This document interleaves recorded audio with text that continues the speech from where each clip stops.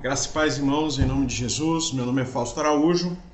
Mais uma vez, bem-vindo ao canal Razão da Nossa Fé. Bom, hoje eu venho tratar sobre um tema escatológico, que toda vez que nós falamos sobre esse tema escatologia, né, final dos tempos, e a gente trata da questão de arrebatamento, juízo, essa pergunta sempre aparece.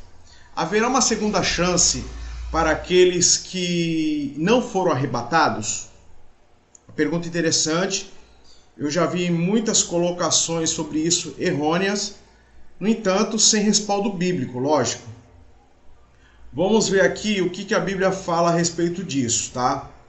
Antes de eu dar uma resposta objetiva e direta, eu gostaria de citar um versículo que diz assim, 1 Timóteo 2, 3 e 4, diz assim: porque isto é bom e agradável diante de Deus nosso Salvador, que quer que todos os homens se salvem e venham ao conhecimento da verdade.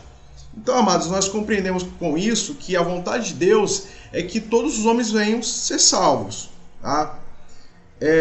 Mas depende, lógico, Deus já tem enviado o seu Filho, tem enviado o seu Espírito, tem nos dado as Escrituras Sagradas, mas um homem precisa sim tomar algumas atitudes frente a isso. Eu quero apresentar alguns trechos, 2 textos, que nos exortam muito à perseverança e que deixam um pouco até claro essa questão também, tá? A Bíblia diz assim: nada temas, isso está em Apocalipse 2:10, nada temas as coisas que hão de padecer, eis que o diabo lançará alguns de vós na prisão, para que sejais tentados, e tereis tribulações de 10 dias, ser fiel até a morte, e dar-te-ei a coroa da vida. Então, Apocalipse 2:10 deixa bem claro essa exortação do próprio Cristo, falando que a fidelidade a Ele tem que ser até frente à morte. O próprio Cristo também ele diz essas palavras em Mateus 10:22, onde diz assim: odiado de todos sereis por causa do meu nome, mas aquele que perseverar até o fim será salvo. Então, esses dois textos deixam bem claro que nós devemos perseverar até o fim para que possamos ser salvos em Cristo Jesus. A questão é, nós acreditamos no pré-tribulacionismo, ou seja, que a igreja não passará pela grande tribulação, e fica aquela questão: será que haverá uma segunda oportunidade para aqueles que não sofrerem ou não passarem, né, vamos colocar assim, pelo arrebatamento? E se não foi arrebatado, haverá uma segunda chance? Vamos lá. Eu quero ler um trecho em 2 Tessalonicenses, que eu creio que seja o trecho mais claro referente a esse assunto, tá bom? Que deixa bem claro o pensamento de Deus, se haverá uma segunda chance ou não. Vamos lá. 2 Tessalonicenses, capítulo 2, do verso 7 em diante, diz assim: porque o ministério da injustiça opera, somente há um que agora resiste, até que do meio seja tirado. Então será revelado o iníquo, a quem o Senhor desfará pelo sopro da sua boca e aniquilará pelo resplendor da sua vinda. Esse cuja vinda é segundo a eficácia de Satanás, com todo o poder e sinais de prodígios de mentira, e com todo o engano da injustiça para os que perecem, porque não receberam o amor da verdade para se salvarem. Por isso Deus lhe enviará a operação do erro para que creiam na mentira, para que sejam julgados todos aqueles que não creram a verdade, antes tiveram prazer na iniquidade. Eu acho que esse texto, se você repetir esse verso aqui, diz assim, e todo engano e injustiça para os que perecem, para os que não receberam o amor da verdade para se salvarem. Então esse trecho ele deixa bem claro que Satanás ele vai se manifestar com todo o poder e sinais e prodígios para aqueles que não receberam a verdade, para aqueles que tiveram prazer na iniquidade. A quem a gente podemos esclarecer um pouco mais isso? Você que está na igreja, que tem a oportunidade de ouvir, já ouviu, insiste em não aceitar, tem adiado o teu compromisso com Cristo de estar na igreja, de passar pelo batismo, e você não quer, não é na hora, você está rejeitando. Você acha que a sua vida está totalmente sob o teu controle. E se houver o arrebatamento, você não vai subir, com certeza, se você tiver esse tipo de procedimento. Você está na igreja, mas não tem um compromisso real, verdadeiro. Você vive a sua vida, né, uma vida dupla, vamos se colocar assim. Então, pessoal, pessoas que vivem desse jeito, pensando que vai ter uma segunda oportunidade, não vai ter. Porque a Bíblia diz aqui, ó, com todo engano e justiça para os que perecem, porque não receberam o amor da verdade para se salvarem.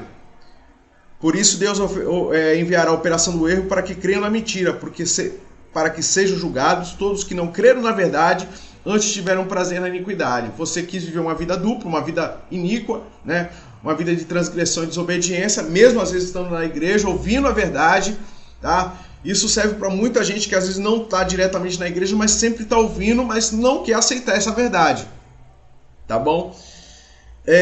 Diante disso, aparece sempre outra pergunta anexada a essa. Suponhamos que eu não passe o arrebatamento, não seja arrebatado, mas que também depois eu vejo as coisas acontecerem, as catástrofes, todos os eventos acontecendo, e eu não aceite a marca da besta, e eu seja morto, serei salvo.